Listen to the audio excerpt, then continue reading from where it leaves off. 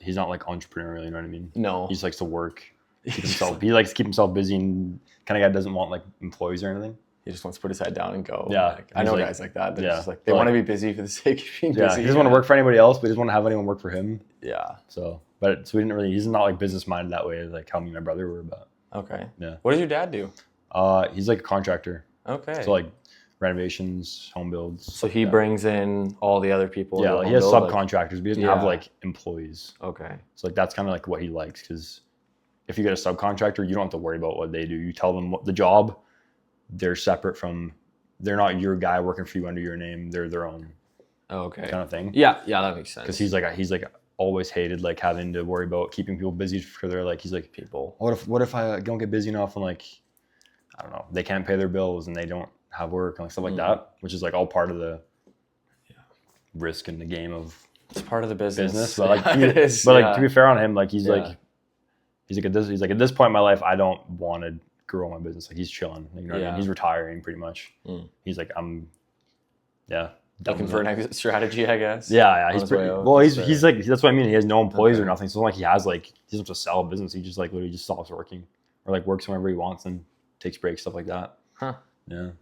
Good for him, man. I feel the same. Like my mom started a business in 1999, bath and body company. Yeah. And like just wasn't a super entrepreneurial household necessarily, even though she did start a business. And in some ways it was for sure. And she would definitely work. And don't get me wrong, she hired people, but like still the mentality wasn't really that way of like exponentially thinking and like how can we like kind of bring this thing to the best version of itself and make scale. It do more and scale, do more, do better work. Like there was always like, I'm kind of happy at this moment. I'm yet to have that. Maybe I will, but I'm like with money wise, you mean? Well, like, or do you mean like business and impact? Yeah. Like the bigger you grow your business, the more impact you can have on everyone sure. else, right? And the more ability you can scale, you have more people, like you can ultimately, it's your operating leverage. Yeah. Like the more people you have working under you, now I can say, okay, I can pull this string and this string if I want to get this done. I'm no longer swinging a hammer every day. Now I have this guy doing it for me, and then this guy's my sales guy, and then eventually it's like delegating.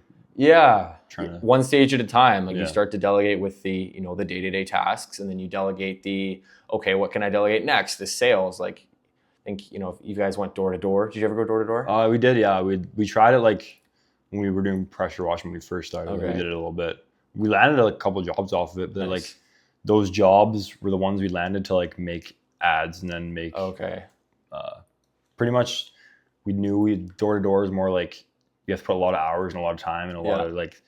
We were more just like, okay, well, we'll just reinvest what we make into ads and marketing, and then not have to worry about going door to door, because we know our ads and marketing is kind of up to par with like being able to keep us busy. Yeah, if it does better, because like it's time consuming. Door to door, I gotta respect people who do door to door, because like then you're getting told no all day, and then it's like the next day you're doing the same thing, the next day you're doing the same thing. Obviously, you're gonna get sales. Like it's for sure gonna get sales. Not everyone's gonna say no unless you have like, I don't know, a bad product or Pest a bad control. picture. Something random like that's like just not needed. You know what I mean? Yeah. Other than that, like I feel like it's just one of those things. Like we didn't want to spend time on that because we were like we knew that you could do the ad. Yeah, we knew you could like I don't know, expedite the process of the early stage. You just started reinvesting as soon as you can right away. Because like we did not pay ourselves a single dollar. Like everything was just right back into it. Yeah. A lot of people make that mistake. They pay themselves these big hefty salaries. That's what I mean. Like I don't even have like I'm not even on payroll when I'm my own business. Like we just do like if we ever need like anything we need, like we obviously pay ourselves for and stuff. But like I'm not like giving myself like an excess of money for any reason. Like I think my wealth is in the business and growing the business for sure. And if I start paying myself, then it's just going to nothing, and then that's having less room to grow, I guess. Yeah. And me and my brother are both on the same page like that. So like, because we don't like, I'm 25. What do I really need to buy right now? Like, I'm not buying a house by myself at 25. No. I mean, it'd be nice, but but I'd rather just nice property. But at the same time, it's like, what do I need a house for? Like I'm working. I don't have a family. I have no dependents. Yeah. Like what do I actually need? Like I'm gonna go buy a house and then lock into a 20-year mortgage contract and like And if you just cycle that into the, like your income's going to grow way quicker putting it back to your business than you are to hope to grow in the real estate market. Yeah, right? That's like because like I'm not like big into like stocks, like investing or anything like that. My brother is a little bit more than me. He's more like into like not even really investing. It's just like basic S&P 500. Okay, yeah. Putting your money throwing there. it in an index. Yeah, something like that. Because like, we're not like, I don't know, we're not paying ourselves a lot of money, so we're not being like, oh, I have all this money to invest. Like, what do I do? We know where our money's going, and we know where we get return for our money. We're just kind of doubling down on that right now. Yeah. So for me, it's like all my kind of everything I have is my business so far. Back in. And how did you guys start? We were both just working like a trades job. I was in HVAC trades. Okay. Did you go to school at all after? Like yeah, after school, I did like. Well, it wasn't. I took a couple years off after high school, like 2 years. I was just working. Nice. And then I was working at Sport Check in the mall for like a year after school, and then COVID hit, and then my dad was like, if you're gonna go back to that retail job, just get a job in the trades. You'll make $10 more an hour. Like it's way like what you definitely doing? Will. And I was like, yeah, that Use makes your hands. sense. Yeah, so for sure. Got a job with a friend who's like a gas fitter by trade. So I started working for a fireplace company, and then from there I did like my 2 years as gas fitting school.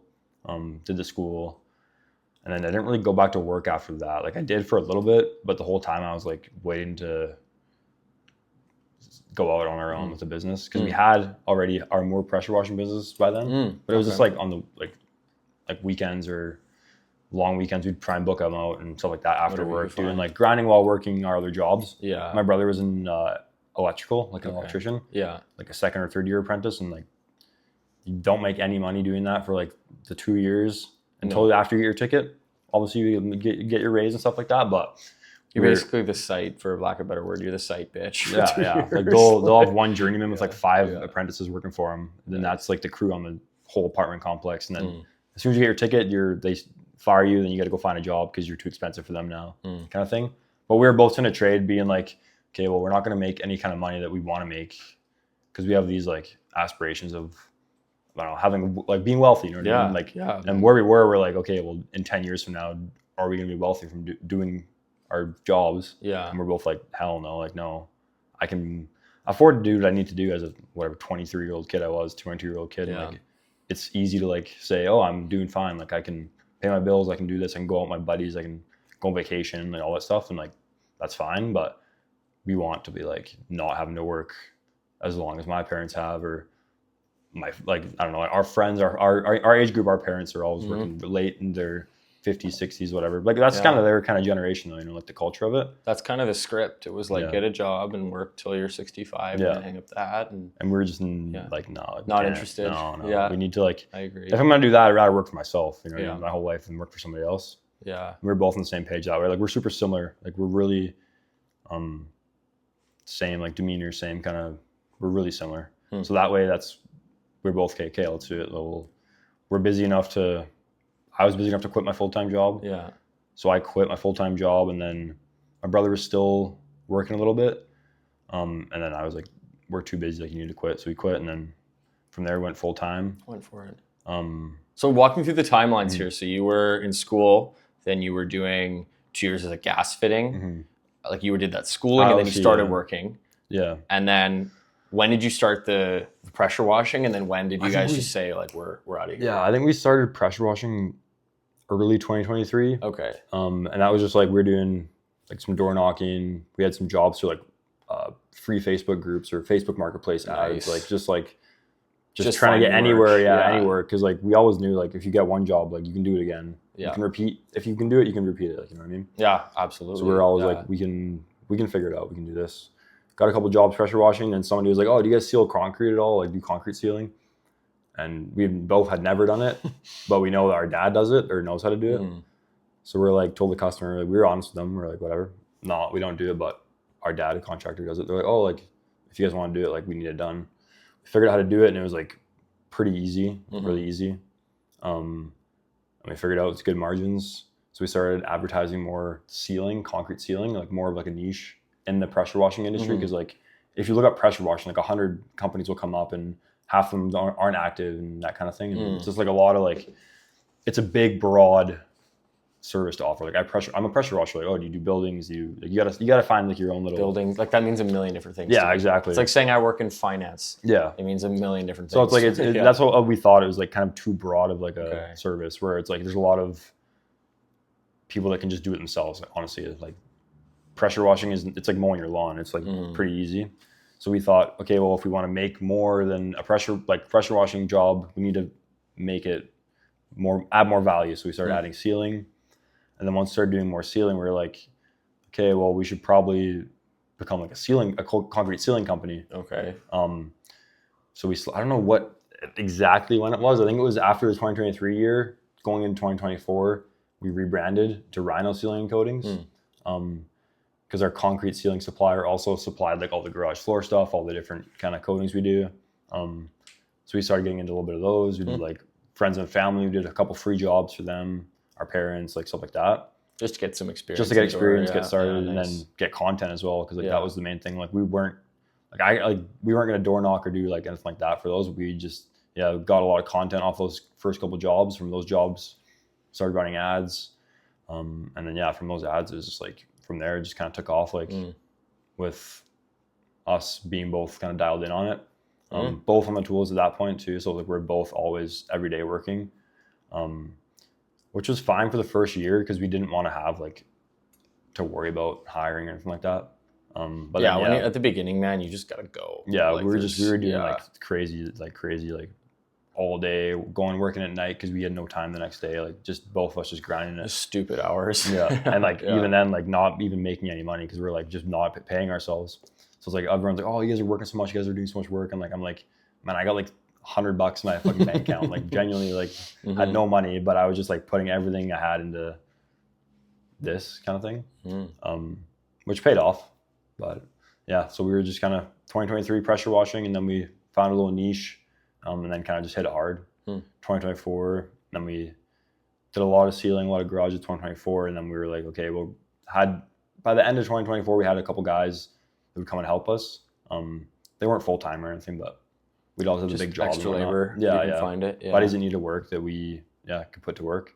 Nice. And then we realized how like beneficial it is to not need Oran or myself at every job, both of us, because as you're working, your phone's ringing, you're getting texts, you're getting emails, people are saying, oh, questions about this and that. And if we're both every day working 9-10 hours on tools doing stuff, you go home and you're not trying to look at your phone. There's lists of emails and calls and people to get back to and leads you missed, especially like that came in while during the day.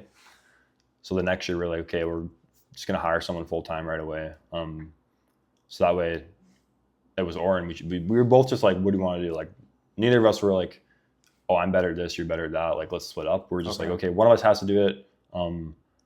He's better at like the kind of numbers tracking, kind of accounting, back end kind of stuff than me. For like his kind of skill set. I was gonna ask you about that. Like, how do you guys divide and conquer? Like, you just split it down the middle. I do half, you do half, or is it like, okay, I'm better at this stuff, you're better at this stuff? So it's more like I'm more like operations, in charge of the operations. So like that's like everything from fulfilling all the workflow, like making sure we have all the equipment we need, all the supplies we need, trucks and trailers and is all up to shape, stuff like that. And then he's like getting to all of our leads, getting to all of our quotes, dealing with like our accountants and like the emailing and like setting up accounts with like our suppliers, the credit cards and like the kind of stuff you'd imagine. Like if you're, okay, I got a day, I'm going to do my accounting for the week of like organizing, tracking, stuff like that.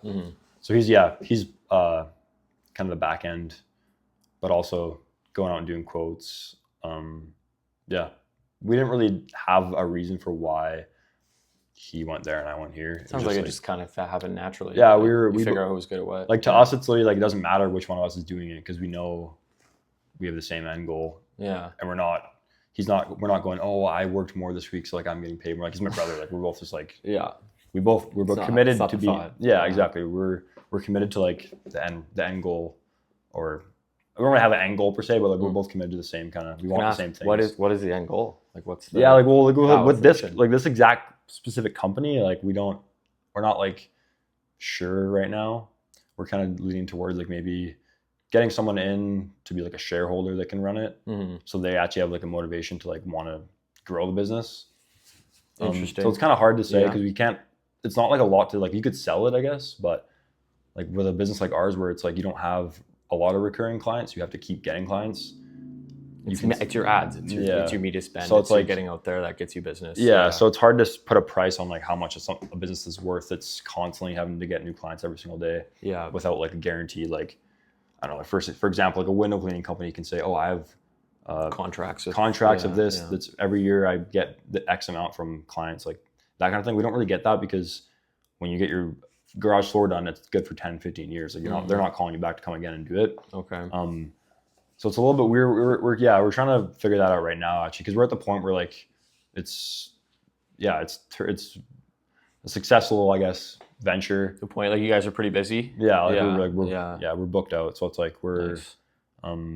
At the point where like we can see that this works and like this is a real, like this is a business that is in need, and so we're kind of toying with the idea of, do we try and sell to somebody or do we try and bring somebody in that we can kind of give percentage to that can help us not have to really do much. Obviously you can never be hands off and like just automate a business, like no matter what they say, depending on what the business is, like especially service based, you can't just like hire a couple guys and not have to do anything. Like, you're always going to have to do something. I think you guys will have a really hard time putting your hand down if you're partial owners, just from in my experience, how I see that happen. I've seen that before. Guys will bring in either a third partner or someone who can take up the mantle to save up time.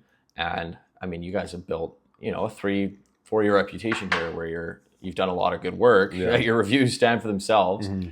And if you have someone who's doing even like, it's so hard to find someone who cares about, no one's going to cover your business more than you. No, I know. Right. That's the thing we're struggling with. It's like, how do you find someone who cares as much as you, but doesn't want to make the same as you because they don't want, because like without giving up like half of the company to somebody, you know what I mean? But it's like, I don't know. We don't know because we've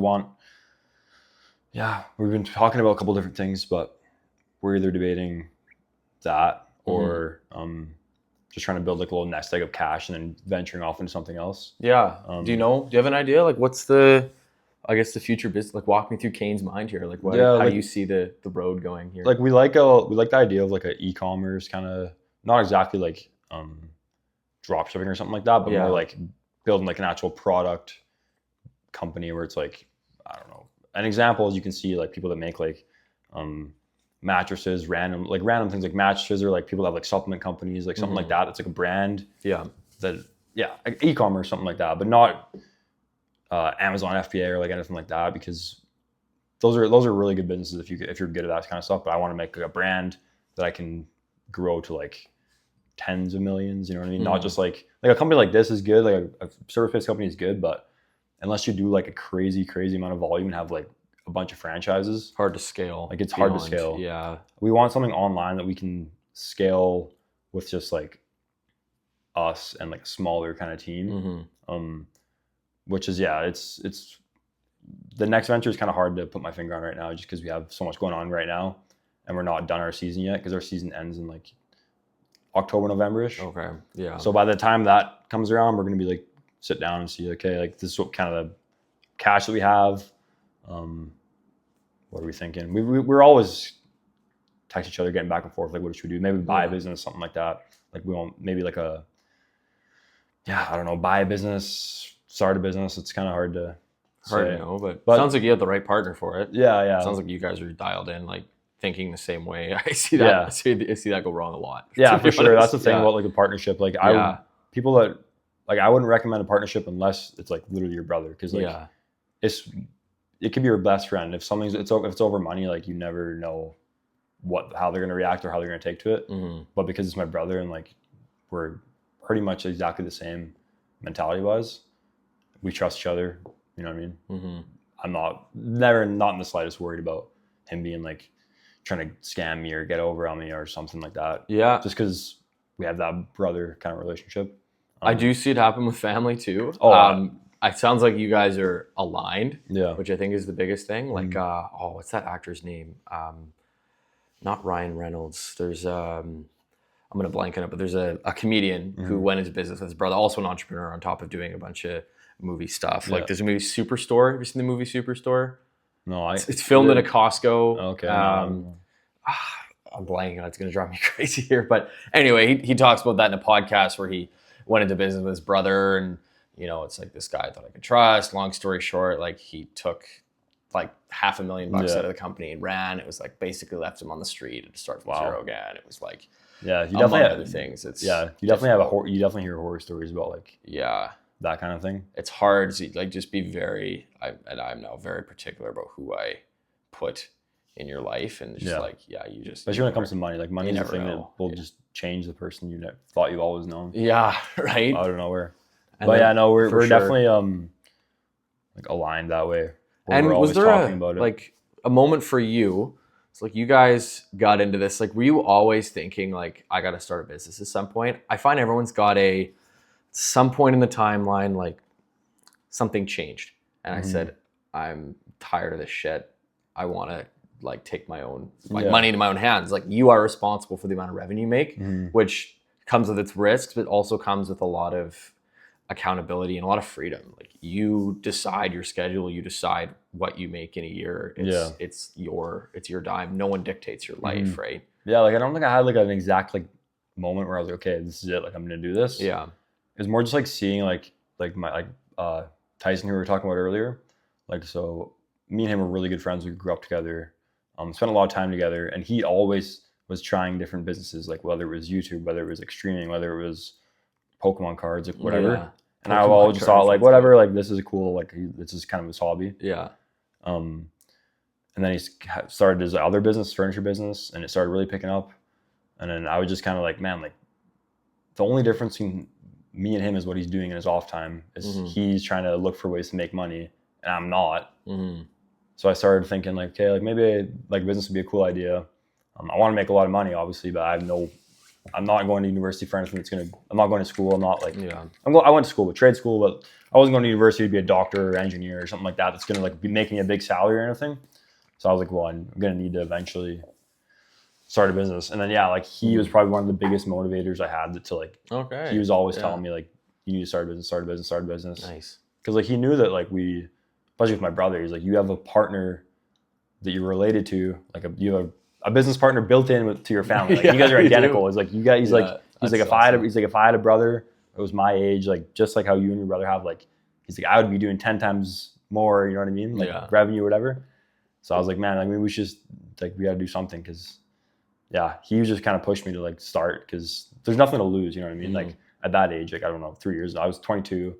Like I have a job I can go back and work if this all, let's say I go bankrupt. Like what's your worst case scenario? Go back to what I was doing before, which is like what everyone else is kind of already doing. Like just getting a job and working. No, like I respect everyone that does that kind of thing. I'm not like saying, but for me, like I personally hated like having a boss and having to ask for time off, and didn't like working for someone else. No. Like, can I take my lunch now? Like something like that. Like I was like, man, I can't do this forever. You know what I mean?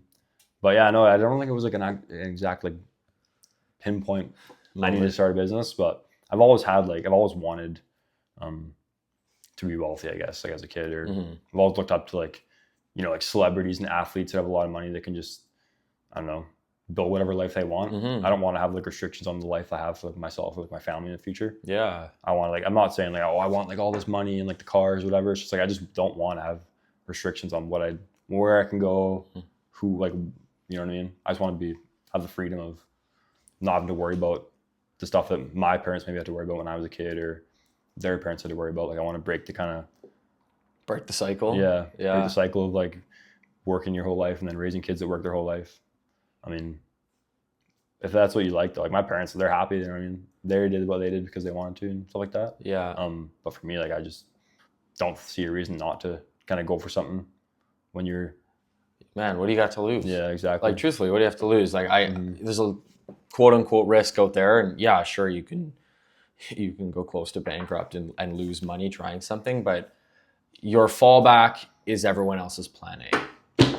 My bad. Oh, that's okay. No, that's good. I think that was me. No, I literally just took a sip of water. Okay, all good. But like, exactly. Like, what do you have to lose, right? And I agree, man. I think a lot of people throw shade at the 9-to-5 life. Like, I don't particularly see anything wrong with it. Like, those are people that fuel our society, but it's not a forever plan. Yeah. At some point, you do need to have a look at your life and say, okay, do I really want my life to be dictated by my work, my boss, the company I work for, and 2 weeks of holiday a month or a year? Really? Yeah. I don't know. I'm not so sure about that. And it's all about what you want though. Like if your goals are, I want to live in Kelowna, I want to be able to hang out with my friends on the weekend and have my family, like, you know what I mean? Like that's completely fine. I think it's probably a pretty fulfilling life if you have that kind of, if your desires are just to have your family and raise your family, and you know what I mean, like not spend a lot of time, like, because obviously like to become wealthy you need to dedicate like a lot of time and sacrifice a lot of time. Like people seem to be just fine like doing what they're doing. So I think it's see, like I'll push back on that. I don't know, like there's this, you alluded to it earlier, like as a kid I always looked up to celebrities and athletes, and like I think just about every kid looked up to people that, you know, they've like, there's only one Kanye West in the world, right? Wild, outlandish example, but like he is so unique in the fact that he's done everything in sequential order in his career, no different than you or people in the making. Like, because there's less strings attached, like they become these unique people. Like there's only one Shaquille O'Neal and there's only one LeBron James. I'm just thinking of athletes. Like that is a great example of, you know, we look up to these people. Why? And it didn't have much to do with the money as a kid. Like you didn't know what $10 million was as a 5-year-old. It was, I want to be an athlete. I want to do cool shit, man. Like that is the idea. I think like tapping into that, like that childish desire is what most people are missing. Yeah, like they listen to their boss and their voices everywhere else kind of dictate how they live their life, and they live in fear. And I don't know, like maybe there's fulfillment outside of work. That's what I mean. Like a lot of people are like happy with like camping, you know what I mean? Their hobbies, like golfing, camping, and whatever, like that kind of stuff. Like I enjoy that stuff as well. But like I just didn't want to feel like stuck working, or if like I have to like feel like for the rest of my life, if I don't want to feel like I have to keep going back to my job, or else I don't have a way to provide. Because like if you're always working for somebody else and something happens, we don't have that job anymore, and you don't have someone else to go to, you only have yourself, and you don't know how to make your own money. Like you're hoop, man. I want like maybe you could say you're hoop, but I just mean like for me, like I wanted to at least know that I can do something like that. You know what I mean? Like we never thought like this kind of business is what we never thought about getting into that until like it kind of happened.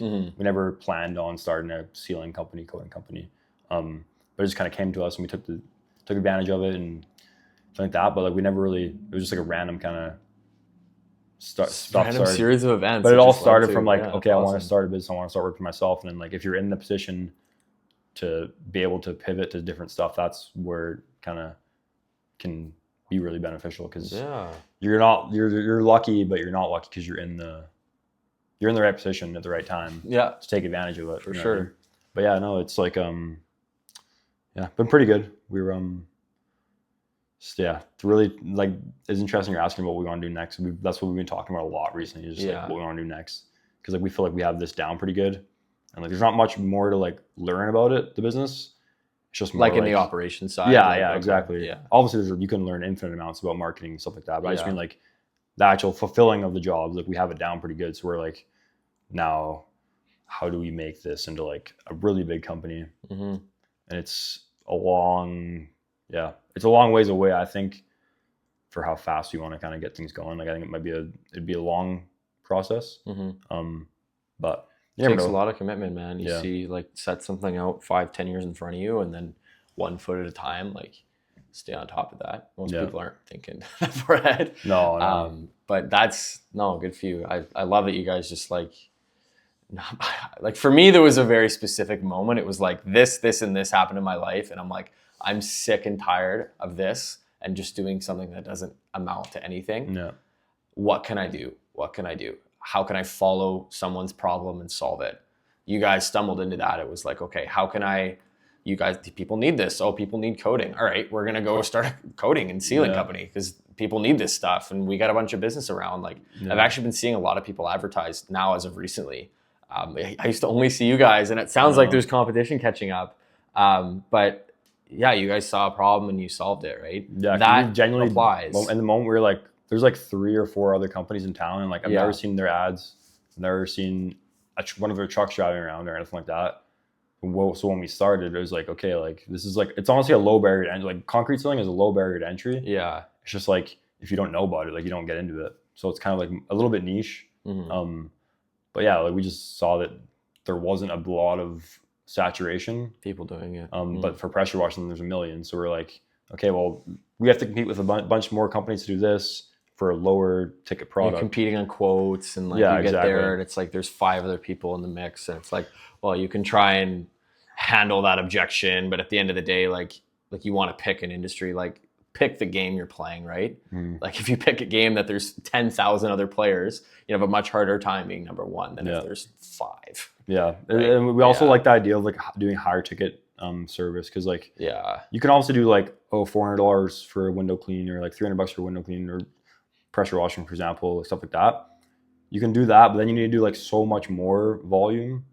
Because for our job, like our average ticket's like I think 15 to $2,000 or something like that. I was gonna ask you that. Yeah. So it's like something like that. That's like for ceiling is for sure. Like garages is usually like 3 to 5, I guess, between that kind of range. And we just like the idea of like the higher ticket sales as well, because that's always, if you can do a lot of high ticket sales, then you know what I mean. Like we always were. Our always goal was to do a lot of sales and do a lot of volume. And if you're gonna pick something, you may as well pick something that is higher ticket. To do a lot of sales in, rather than doing like a lot of like for the door knocking and stuff like that for a $300 sell. Yeah, exactly. Right? Like why am I knocking doors? Yeah. So we were always thinking like not like cutting corners wise, but like think about the fastest way to get where you want to go or to make money and just like go at it. And all of that applies, dude. When you guys go for whatever else you're like, whatever's on the horizon, like everything that you've learned, follow a problem. Where's the market we're going to be in? We got to tackle this. Like, how do we build and scale? Like any business you go into, those are the lessons. Yeah. Like, there's a Henry Ford quote, and it's like, take my factories, take my workers, take my money. I'll have it all back in 2 years. Yeah, exactly. That's like the lessons he learned. Because like when you're asking about what we want to do next, that's what we're saying. Like we know how to run ads now. We know how to automate like lead flow, like leads and like stuff like that. We know how to like do all that. Like it's all pretty much repeatable. It's just like, what are you selling next rather than now?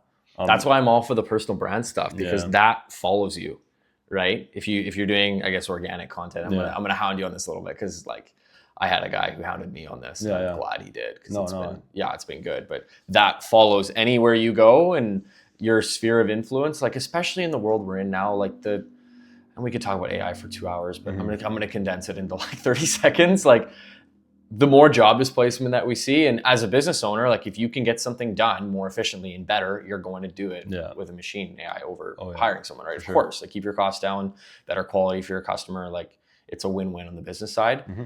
The closer we get to that, where was I going with that? Essentially what we're doing is, I totally just like, it's all good, bro. Flew away. Where were we going with that, Cain? Beginning of that conversation. You're saying you're gonna hound me about the organic content. Yes. Yeah. That's the only thing that we're gonna come back, because I remember what we're saying. One of the only things that's still authentically you. Costs go down, you can use AI, you can essentially automate more and more of your business every day. What is still authentically yours and what still differentiates you? It's your brand. It's who you are. Like, why do we care about you guys? Why do people pay $200 for water bottles when they can pay $50? It's the brand, right? Like, why do people buy Aritzia clothing? It's the brand. It's got nothing to do with the fabric and the polyester. They don't know what they're buying. Really. No. They just know it's they're buying brand. A label. Yeah. They're buying a tag. Or I buy Carhartt, and people buy it because they think it represents a working man, right? Like it's brand. It's all brand. Yeah, and Carhartt can sell anything, and people the same demographic will buy that thing. You know exactly. What I mean? Yeah, it's cool. No, I definitely like the kind of stuff that you guys do. Like I've seen you and like Max Trebs as well. Yeah, he's the guy hounding me for content, by the way. Okay, he's like, what the fuck are we doing? Like, let's go. Like it's cool because like he's like his business is like I've never even heard of it. Yeah, you know what I mean? But like even if he goes to something else, he still has that personal brand of him and his content kind of thing. And exactly, that's just who I'm like thinking of from like Kelowna, like you and him. Like that's who I've seen like doing this kind of stuff. And like I've also thought it's pretty cool because you're really just putting yourself out there, and like there's not really a downside to it. And the only thing that holds people back from doing it is like, oh, like what if it doesn't work, or like what if I like what, like, you know what I mean? Mm-hmm. What if a million things? Yeah, right? exactly. Like I'm not too like, yeah, I don't know. I just don't know if I want to like jump into it just right now or yet, just because I'm not sure. Like on throw the your edge. phone, one crush a one taker. Throw it out there. Yeah, I don't know, man. I'd love to see Cain doing some one takers. Yeah, well, dude, there's a whole world of people in Kelowna doing this stuff. Like you wouldn't believe how many guys. Like, have you heard of Dan Martell? Do you know who that is? Yeah. He's here. You know he's in Kelowna, yeah, right? yeah. Okay, like so Max and I and a bunch of other guys, we go on a hike every Tuesday morning. It's a lot busier than it was. Like in the winter, it's like 15, I've seen like a founder's hike, whatever. Yeah, I've seen it on like stories of like, I don't know who. It's gotta be like you and like him and like Max that like will post it, and it's like all you guys stand up there. I guess I've seen Dan Martell and his stuff. Like he's like I think he's like a plays a big part in like this kind of like young entrepreneurship like absolutely scene in Kelowna. Well, like, think about his talent acquisition. Like the guys working for him, which a lot of them go on that hike, by the way. Yeah. Like any one of them could start their own business and they'd crush it. But they're working through him because the prospect of growth of working with a guy like that is as high or higher because they're getting mentorship from a guy who's worth $250 million, right? It's like, it's crazy. And you see, it's these young guys too. It's like, you would think he's hiring 35-year-old developers. No, he's hiring like 17, 18, 19-year-olds who are just like starving for an opportunity. Yeah, it's like one of my friends right now is going through like an interview process. Yeah. With one of his jobs. Oh, really? And he just finished university. He's not exactly established in any way, but like that's who they want because they know like those are the kind of guys that if you depending on who they are, like those are the kind of guys that are gonna like be driven to help grow and to want to be a part of something like that. If they're not already have their own business, they want a business or they want to do something. They want to make the kind of money. Yeah. When you don't have a family, you don't have like that kind of. Obviously, everyone has bills and stuff to pay, but you don't have like the tie down of like, oh, I have kids now. I have to actually like I need this income to be this much every month, or else like I can't feed my family, like that kind of thing. That's probably what is like helping with like the young people now, like the young guys at least getting into businesses. Like they don't have like there's no like if you don't do it now, if you wait too long to start something, like who knows what your responsibilities are going to be like. It's a lot harder to start a business when you have 3 kids at home and you're 35 with a wife. And your wife's like, oh, like what are you doing? You're like, oh, I didn't get paid for like the last 3 weeks. So yikes, that's a tough conversation, man. Like that's what happens. Sure. Like it's not all like glorious and like, oh, like we're making money because we're doing jobs. Like it's a lot of like days where I'm like, I wish I just could clock out and go home and not think about today's work and go back tomorrow and just start a new day. But this is not the reality anymore. But it's what you sign up for. You sign up for, man. I agree. It's like, when I tell my story, like I don't even know if it sounds glamorous. I say it sounds glamorous and it really wasn't. Like when I started, like I was an insurance and mutual fund guy. I was doing artificial grass and putty green installation. I was a sales guy for him as well. And then when we were off season to support my business, I was delivering food Friday, Saturday night. 4 or 5 hours a night, 9 o'clock to 2 a.m. because those are the busiest hours as we're actually making something. Right. And I did that for, I was in university doing that. I did that for a good year and a half. Finally started to get some traction, but I probably couldn't have done that with a family. The way I did it. And it was just like, I look back now, I'm like, oh, there were a million better ways to do that. But everything makes sense in reverse, never the way you live it, right? It's like you can always critique yourself, but I don't live with regrets. Like, but back then you didn't know what you know now. No. So it's like, you can't even. I was just like, dude, like. But back then is what got you to where you are now. So it's like. Everything, If you're working at something, it comes around, you know what I mean? Like you obviously know that after doing all that kind of stuff. Like it's gonna come around if you're not. Unless you quit, it's gonna come around. It's gonna work. Can't lose if you don't quit. Yeah, exactly. Right? So it's about like we started pressure washing and we're like, this pressure wash stuff's like we're not getting like crazy response from anything we're like, it's all right, get that odd job here and there. And then we're like, I don't know what we're gonna do. And that came around and we started Rhino, and then from then it was like a lot of learning, a lot of mistakes along the way that kind of helped us like be numb to it now. Like unless it's like something crazy, like now we're not really bothered by like, a call back anymore, or like a client that's like being a bit difficult or like doesn't want to pay or like something like that. We're kind of used to that kind of stuff, but back then it seemed like such a crazy, like big problem. It was like the end of the world. Yeah, it's like that's why when you mentioned that, that's why I think like I used to stress out about like the stupidest stuff that I think is stupid, but to someone who doesn't know anything and who's new into the business, like you'd be like, okay, yeah, that makes sense. But yeah, it's like you can always say, oh, I wish I was just more. I wish I did this differently. I wish I did that differently, but you never know. No. But no, yeah, it was pretty like big learning curve because we just went from like both working for companies that took care of everything. We showed up and did our job and went home, and then now it's like we have to take care of everything and show up and do the job. Yeah, and everything that follows that, like, you know what I mean? So it's but it's been good. Yeah, it sounds like it's been good to you guys. Like we went on the business stuff a lot. Like let's maybe talk a little about you and like how you grew up here. Like obviously we kind of knew each other growing up, but tell me a little more about your childhood and what you grew up playing, how you kind of formed to see the world. Yeah, so I actually grew up in Scotland, like in the UK. Okay. Until I was in grade two. I didn't know that. Yeah. No kidding. So our family moved from the UK and when we were in grade 2. So you're like, are your mom and dad both Scottish? Yeah. Okay. Yeah. Can you do a good Scottish accent then? If I'm talking to them, like I'll like my friends will mention like, oh, like you have an accent, Huh? Like when I go back there and like talk to my family, it comes back. Yeah. Like I don't have like an accent. Like obviously to people that know me, don't really. Yeah. Unless they see me talk on the phone, my brother, like at work, people will be like, who are you talking to on the phone? Like, why are you? I was like, my brother. I was like, why do you sound so different when you talk to him? But yeah, no. Like, so we grew up in Scotland. Nice.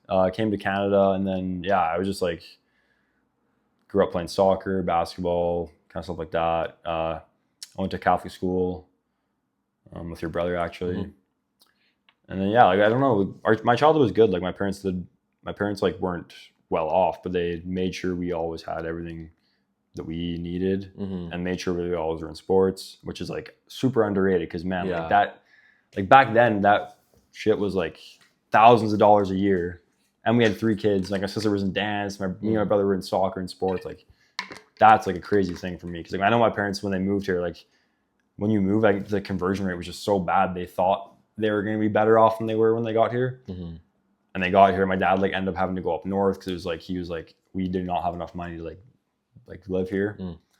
Ended up going up north. So like Kelowna's not cheap. No. Like I had a good upbringing. Like I had a good. My parents provided like a great life for me, my siblings and stuff. But they were definitely like stretching like everything to like put into us. Yeah. Which is like a pretty big like motivator for me and my brother. Like we don't want our parents worrying about stuff when they're trying to retire or like, you know what I mean? That's like one of the main things that we kind of were like retire your parents relating about. Yeah. We're like, I don't want to see my mom like having to go to work for the next 10, 20 years, like stuff like that. What does your mom do? She's a teacher. Okay. Nice. Education assistant at elementary school, which is like, she used to be an air hostess in the UK.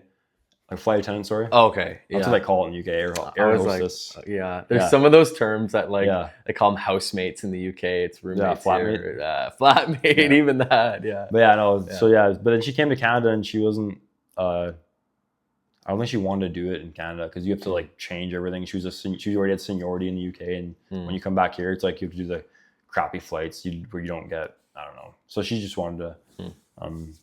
Try something else. So she went back to school for like a year, got her education stuff and did that. And my dad was always working construction. He had a business back in Scotland, and then came here. And I think I don't really know exactly because I was so young at the time, like why he didn't start a business right away, but he just went right to like work for a different company. So I'm sorry. Now I remember. They were saying that, or he was saying that he needed the job to come to Canada to get like citizenship. Oh, okay. Because they need to sponsor you for, I think it's a couple years, and then you can go off and do whatever you want. Before they let you actually. Yeah, exactly. So like when we first came here, he had a job for like one of the big companies in town, like just as a carpenter, nice construction. Worked his way up a little bit in there, then ended up sending him up north, like a supervisor up north. And I think that's when he kind of built a little bit of money, like actually started getting ahead a little bit. But it was like, my mom was pretty much on her own, like raising 3 kids without not a lot of money. While all of us having sports after school and she had to work all day and like stuff like that. So that's kind of the stuff that like I always think about when I'm like hard grinders, man. Hard workers. Yeah. That's why I mean, like the 9 to 5. Like, that's what they kind of like they grew up on, like the culture of like that's like it's big in the UK. Like a lot of people go into like working like right away. A lot of kids leave school early, like high school, like 17, 16, and they just go right into working. Really? That's like that's more normalized. Way there, more normalized. University is literally free, and like I think I have like my dad's side like 18 cousins, and only like 1 or 2 of them went to university. Okay. And it's free. Like anyone can go. Yeah. You just gotta have good enough, I guess, grades to get and in. stuff. Okay. But yeah, the UK is not at all like normalized to go to university. Like it's like, oh, like you go to university, you must be like smart. You know what I mean? Like, that's like, and here it's like, oh, like you didn't go to school. Like why are you not going to college or university? Yeah. And like that's kind of like what I dealt with a little bit for like the first couple of years before I got into the trades. I was like, what are you gonna do? What are you gonna do? Because I didn't have any like I didn't really have any like plan. I didn't really enjoy school at all growing up. Like I never really liked school. I never liked doing homework, studying, nothing like that. So I never really didn't really set myself up to go to university very well. So I never really knew what I was gonna do. So that's when my dad was like, okay, well you may as well get a trade because you're not doing anything else and you're working at a retail job. But yeah, my parents, they did they did a really good job of like make sure we had everything we needed. And then went to high school in Kelowna. Yeah, Kelowna was like a pretty good place to grow up. I'm like really grateful to live here. Yeah. Pretty hard to argue with, man. Yeah. But it sounds like the work ethic there, and one of the lessons I've learned is like there's a lot of people making not a lot of money working very hard. Like it is not a work ethic problem for a lot of these people. It's a directional issue, and it's usually like 1 or 2 decisions of like I need to make this jump. I need to decide that I'm committing to something. Yeah. And like you completely open up your world. Exactly. Your options open up, like it explodes, right? Yeah. Like I'll always try and tell my friends if they ever have an idea about a business, I'm like, start it. Like whatever, even if it's a dumb idea. Yeah. I'm like, do it, like start it, because if you have this idea now and you don't do anything, you keep doing what you're doing, 5 years from now, you could have been here when you did nothing with it. You know what I mean? And then now you can't start it because of whatever reason. So I'm always trying to like emphasize if there's any sort of business idea people have, I'm like, do it because why not? And do it because the positives like outweigh the negatives by 10 million. Even if it fails, you learn so much, you know so much more now. You're more hardened. You're like not, Even someone who starts a business that wants to go into the job force, like if that's your goal, business owners like hiring people who understand what actually matters in a business.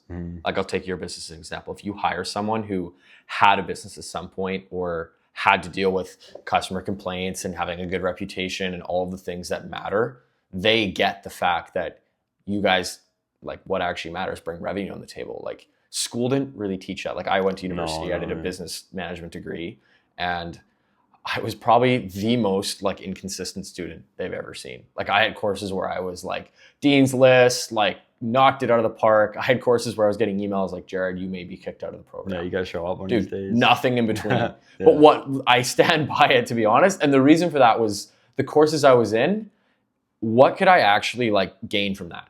Practical knowledge. If there's a professor throwing slides up there and just calling it a day, like, sorry, dude, no. Yeah. I don't care, right? Like I'm not like maybe I'll show up and like, you know, bare minimum to get the grade to get out of that, to do what you got to do. And you know, if you're going to law school, like sure, there's a different calculation there I think you need to make. Yeah. But for me, it was okay. Like I kind of just stumbled into university. Like I didn't really know what I was doing. My parents said this is the right way to go. I didn't think about it. I went into it. Kind of beginning of my second year, I started to get into business and entrepreneurship.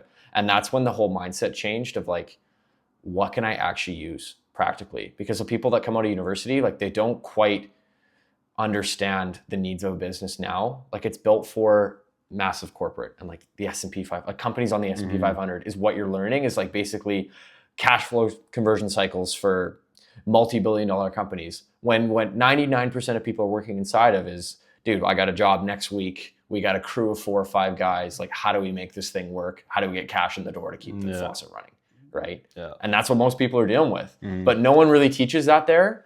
Guys that understand that and go into business, like, I'm going to make a bold statement, but none of them are going to be replaced by AI because they are automatically valuable in their mindset.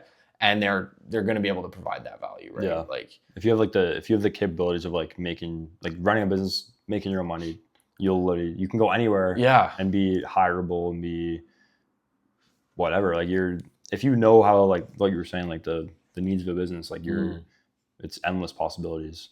Just like useful skills, right? Like things. And like, I give a lot of admiration to the trades for this. Like, I think there's going to be a big shift back to trades and like bricklayers and people going up north into the mines. And like, we don't have enough of these people, first of all. And second of all, it's useful skills. Like someone does that work and there's an immediate output.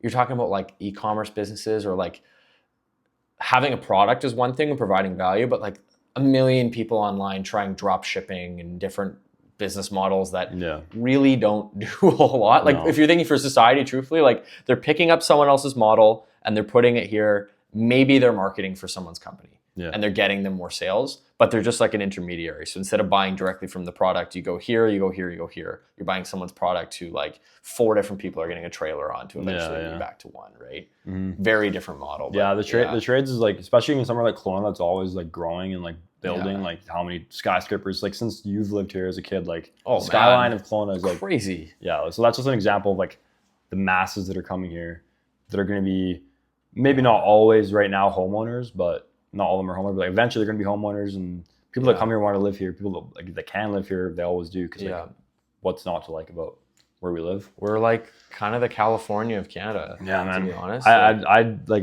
maybe it's biased, but like I don't want to live anywhere else. Like I've lived in the UK, I've lived here, and I was like, I always go home like, oh, do you ever want to move back to Scotland? Like never, like I never would ever want to live here. Like I love my family that lives here, and I love going there and spending time. Like it's an amazing place, but like where we live is like, it's perfect for like entrepreneurial kind of mindset or whatever you want to get into. There's something here for you. Yeah. And it's like not as big as Vancouver, where it's a lot of saturation, a lot of people already kind of dominating spaces of trades.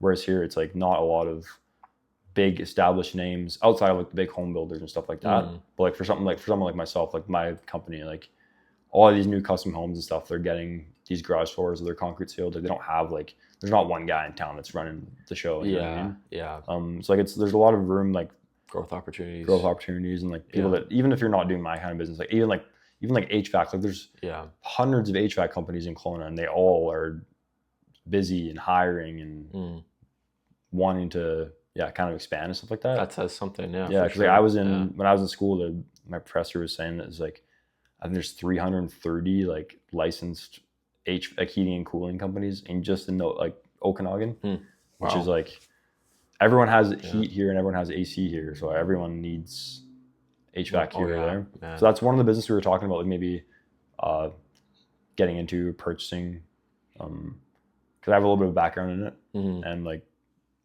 Kelowna is like a really big.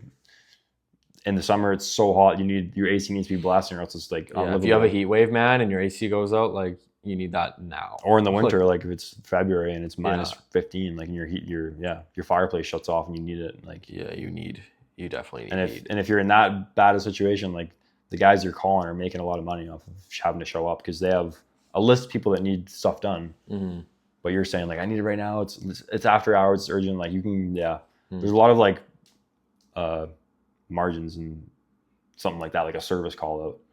Because the guy that's going, like the plumber or whoever it is, like they make a good wage, but you can charge like 5 times what that guy's wage is for him to go and do something. Sure. So like that's kind of like a cool like kind of thought. Like me and my friend were talking about the other day, like maybe an HVAC company. It's a good industry. I mean, like, have you ever heard of Dakin? You know that company? They're probably the biggest HVAC company and installer in North America. Okay. Huge in the States. DAIKIN? DAIKIN. Oh, okay. No, I'm not sure. Maybe. It's like I got a good buddy of mine that I went to university with that got like the regional sales job for like the whole Lower Mainland. Super killer guy, younger guy, like just crushing on the sales side. They have a wicked culture there, but I would take some notes on that. If you guys are thinking about going into that, take a look at how they do things. Their sales guys are very effective. They have great installers. That's what I mean. Like even the fact they have like huge a sales guy in a region of BC where it's like You know what I mean? Like even the fact that he has that job shows that there's a big ceiling of like. Well, there's like 55 sales guys in his, like he's the manager, and then each guy runs, okay, you run Abbotsford, Surrey, Langley, and then there's all these other reps. Like the owners of that company are just, it's a multi-billion-dollar company. Like they're crushing, right? Like they're all over here in the US, and like every year they do a summit in Florida where they bring basically almost everyone in the company together. It was like $100,000 or 100,000 person like beach party, just ridiculous. I was in Puerto Rico in the winter, and I was there at this resort, and there was like 300 accountants all from the same company staying at that resort for the week. Yeah, and they're like, it was like it was a really nice resort, and they're like, like the company paid for us, our plus ones, and they gave us the option of extending our trip for 3 days, all for free, just because it's like their year party or whatever. And I was like, man, like I want to be your boss and like be able to do that. Yeah. But like I love my company's doing so well, everyone's working hard. Like, let's go to Puerto Rico for a week, and I'll pay for everyone. Bring your family, and I'll pay for all that. Like that kind of stuff is like what's like really cool to me. Like there's that fact that's even possible for like a company to get that to that size where they can just like we should just have a company like year end and spend hundreds of thousands of dollars on it. Yeah, you know what I mean? Like take out the entire staff. Yeah. Like just have the freedom of like, or like fulfillment of that is probably pretty cool for like a good feeling. Like a founder or something like that. Yeah. Like I started this, and now all these people have their accountants. They make good money. They have good jobs. They all they're telling me they all like work from home. So they all are really happy, like working from home, doing their accountant stuff. And then I met their boss guy, and he was just like this older buddy, and he was just having a great time. He was so happy, and he was just like really nice to meet everyone. You know what I mean? Like saying hi to everyone. That kind of stuff like really like stuck with me, being like, man, I want to be like that one day, like a CEO or a founder of a company that gets to the size where you can do those really nice things. And like he didn't even know people that he had working for him that he brought over on the trip. Like he's just like, you guys are all doing your stuff. Yeah, he's like the numbers look amazing. Let's have an awesome time. Yeah, like that kind of stuff is like, just shows that he one day was like yourself, where he's like, I don't want to work for somebody else. I want to do my own thing. And now he has like hundreds of people on his team, and you know what company? He's crushing it. Oh, the name is like shooting in the dark. But I was trying to think. I can't think of the name, but is there? I think all of them are based in like Colorado. Okay. I can't think of the name now. I could probably tell you later if I got a couple of buddies on Instagram that I met like while I was there. You figured. I could probably talk to you. I could probably let you know. But no, it was cool like to see that that's possible. That size, man, and it's really like it's rewarding, and it's almost like I want to say it's selfish, but it's kind of selfish too. Like I feel that too. I'm like, man, I want to be able to give back, and like we're taking the whole company to Spain for the weekend, or like we're doing something like this, and we're giving back to our community and our like community that we're building. Yeah. You want them to want to work for you. You know, like how Dan Martell, the guys people that like it's an interview process where he's eliminating people being like, you might not be the best fit. Like that luxury is like imagine having 30 people applying for a job, and so it's a one person position. And you're like able to go through who really wants it the most, who has the best, like the interviewing process, kind of thing like that. And you know that when you decide on who you pick, like they're gonna make a lot of money because you've ran them through the gauntlet of what you want, kind of thing. I like that. Yeah, and like that's cool too. Like the ability to have a company that people want to come and work for. Your talent funnel, like that, and that's the whole brand thing that I was talking about too. Like that's a huge value unlock when people see that content, and like people want to work. Like people will travel literally from all over the world. They will drive from Vancouver in the morning to come to a 6:30 hike to meet Dan or to go on this hike, right? It's this cool thing, and it's like it's pretty crazy to see, and the talent acquisition that he's been able to build over there, and like so many different companies have done this. For like Alex Hermosi, do you follow him? Like his talent acquisition. There's guys that are like, dude, I flew across the country. I needed this opportunity. Like I'm starving to work with this guy, because they see everything he's doing. They see the vision, they see the mission he's on, and they want to be a part of it. Like he's dreaming big enough that everyone else's dreams can fit inside of his, because he is pushing the end of the needle. He's saying, I will do whatever it takes. We're going to have the biggest book launch in history. I don't know if you followed that, but his $100 million leads what was it like? Was it free, or was it like a couple dollars for the book, or what was it? They launched it free initially. Yeah. And then they did they were charging for, the biggest book launch ever. Yeah. History, Guinness Book of World Records, like just sold millions of copies, like crazy. And I mean, it's gold. Like you see the values providing. He has like in the book. insane amount of like free content that's just like so good. He's just like constantly providing value to everyone out like there. Even like like he's one of those guys where I see his ads and stuff a lot, and like even his ads are just like dropping all this free game. While being like, then if you want more coaching or whatever it is like that he's selling, I can't exactly what one I saw. He's like, oh, see if you're a right fit for our team, but like, and it's like after already giving all this like value. People will build random course sellers will make a whole course off just what that guy gave away and his free ad or his ad that he's paying to show people too. Like that kind of thing is like, those guys like that, they're really killing it, or they just go to show like all that it takes is the dedication. And obviously you gotta be smart. You can't just put your time anywhere and it always like, it's not going to stick all the time, but like, he's the kind of guy where I bet you, I know for a fact he's had a million different businesses, you know, and then he found the one that he'd gelled with the best or does the best. Cool story. Like he gym launch, if you've folled, he started with gym launch. I've heard he like companies. Yeah. Gyms, like supplements, something like that too. Yeah. Yeah. And then he sold that business.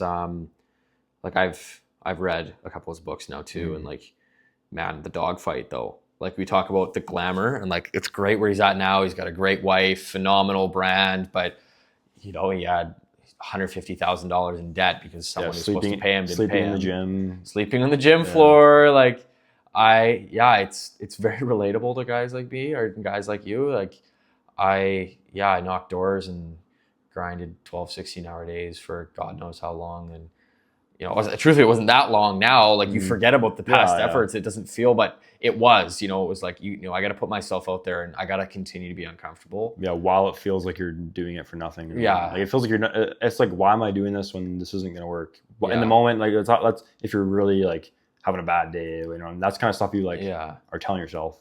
But then like a year from now, you don't remember it and you're like, I'm so glad I did that. And you don't even think about what the exact problem of the day was.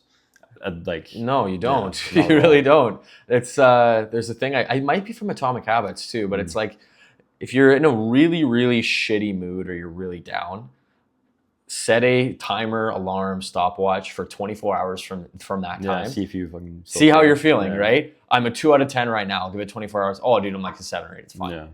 Right. It's so many things. Like a problem will happen at work where I'm like, man, 2 years ago I would be losing my mind right now. Like call my brother, like, yo, like we're cooked, like we're screwed. I mean? Yeah. But now, it's just it's cool. It's cool. The growth is really cool to see. Like I was even talking to Ado like about coming onto the pod. So I was telling him you reached out. Yeah. And he's like, man, that's so cool. Like that he's just like starting his thing and like getting out there and it's like doing it because like why not, I guess. It's just like it's forced me to listen a lot more too, I think. I think a lot of business owners have a tendency to just talk about their stuff. Oh yeah. It's great. But now I'm like, okay, I'm having people on my show. Like, you know, I gotta find different ways to, you know, ask the right questions and dive into and it's like your conversation skills for like compared to the average person your age, like you're probably like a million times better than the average guy that you went to school with or whatever. Like that for like intellectual conversation, the ability to have like intellectual conversation about probably about most things that you're like passionate about is like like your word choice, stuff like that. Like it just gets so much better as you do something like just this. Comes with like it's just repetitions, man. Yeah, like exactly. There's no secret ingredient. No, that's what I mean. Like what you're doing now is like you're just putting yourself there. Like okay, well, like here we are in front of each other for an hour. Like a few years ago now, I'd be like, man, like I could never go and talk to someone on like a podcast or like do something like that. I never even thought like myself. That's also what I was saying to Ado. Like I never thought like I was like, why would he want me to be on this show? Like, you know what I mean? Like I don't think of myself as like this like entrepreneur that's like out there like doing like, I don't know. It was weird. Like, it's not weird that you asked me to. I mean, like, it was weird to like think like, I was trying to think like, why, like, what is he even going to ask me? Like, why would I even want to go on? Like, why would he want me to go on this like, show, I guess? And then Ado is like, he's like, dude, you're literally doing the things that you were like dreaming of doing when you first started this business. But now you're doing them every day and you're like numb to it and you don't like see it as like the shininess of like, oh, this, like the jobs we get and like the big jobs we're landing and stuff, like a year, like when we first starting out, like that would have been like our month made being like, oh man, like that's so like, but now it's like, oh yeah, like that's cool. Like it's just kind of like going through the motions because we know like this, the we know that it's all about the next job. It's about the next thing. It's about keeping the jobs flowing, and it's more about trying to keep busy rather than like, because we know we can do the jobs. Like we know that that's all kind of taken care of. You know, your work is quality. But like personally, I don't know about my brother as much, but like I personally like don't like really realize sometimes like what I'm doing or like how far I've came sometimes until like when you reached out, I was like, man, like I actually have like I was looking back and I was like, man, that was just pretty cool. Like I don't look back on it and reflect as much as I probably should. That's one thing that I used to get hounded about was like to journal from Tyson. Yeah. Like you should journal. I tried a couple times, but I never like got consistent with it. Cause he can go back into any day and be like, this is what I was thinking that day and like show you know what I mean? And like, that's how you can really like become like grateful and like reflect on what you're doing. But I don't reflect too much. Like, I don't really stop to think like I'm an entrepreneur and I've been doing I don't at all. And then when you reached out, I started thinking about it more. I was like, that's actually like underrated to do. If you have been in a business and you feel like, oh, like I'm kind of stuck or like not stuck, but like you feel like you don't know like what's next. Like have a look at from where you were, exactly, to now. It's like you would kill to be where you are now when you first started. Like if you were when you were door dashing or whatever it was, doing food deliveries, door knocking, door dashing, if you knew that you could be doing this kind of stuff now, like you'd be like, man, like that is so sick. You know what I mean?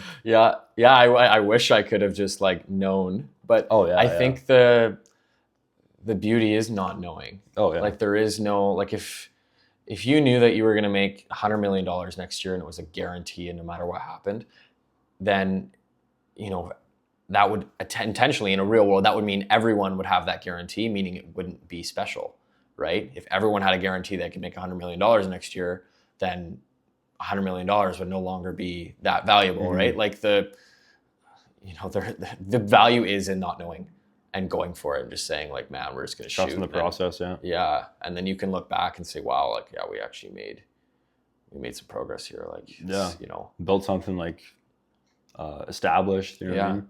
That's like kind of what we were really our like when we first started, we're like, oh man, like we were like, I think it was like $1,000 in a day. We were like, I want to make $1,000 in a day. Like when we were first starting out. And then now it's like, we don't even have like, we don't even like really talk about like money goals or anything like that. We just know that we're like wanting to build something that's established in like a household kind of company. And it's a local company that everyone knows, that everyone uses. That's kind of more what we're thinking of. Cause like that, the money is like, it comes with what we're trying to do anyways. Yeah. And it's never really been like I've never really been like, oh, I just dialed in like, okay, how much can I make on this job? How can I make in this job? It's just like, I want to be able to provide jobs for people. I want to be able to, a lot of humility there, man. I see it. I'm hoping that culture grows bigger as the entrepreneurial culture of I know everything and have it figured out grows as well. I don't subscribe to that, to be honest. Like all the time, we're literally having to like learn shit, like new shit. Like it's never like you never know everything. Yeah, I'm dumbfounded every day. You know, I feel like I'm no different with you. Like half the time, like not as much like in our like operation side, but like outside of that, like marketing, like video editing, like stuff like that. When we first started out, or even sometimes recently, I've just had no clue how to do any of it. And it's just like, well, I know I can figure it out if I just get on the chat GPT at the time, like the Claude, whatever it is, that I was using at the time. Now I'm like, okay, well, I know I can figure stuff out and I need to. That's kind of what the confidence like that you need. The confidence is what's more important than like, I don't know. But yeah, the confidence is like a big thing that I didn't really have at first. When we first started, I was like, I wasn't super confident in like everything, like the business, stuff like that.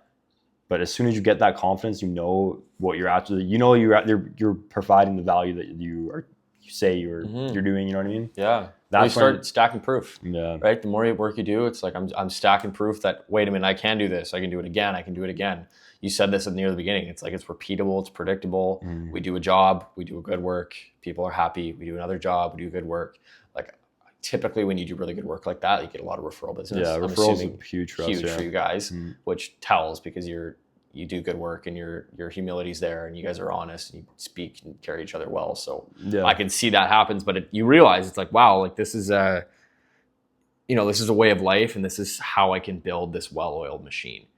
we do quality work, our ads are good, we're getting ourselves out there, and we do quality work. So the referral business is great. Like it's this kind of combination of all these other things. And before you know it, yeah, you have a system in place that continues to build your business for you. Yeah. Right? Yeah. We really try and like talk to the customers when we get there. We don't want to just like show up and do the job and then leave and like whatever. Like we always want to like. There's so many trades guys that just keep their head down and smoke a cigarette and call it a day. Dude.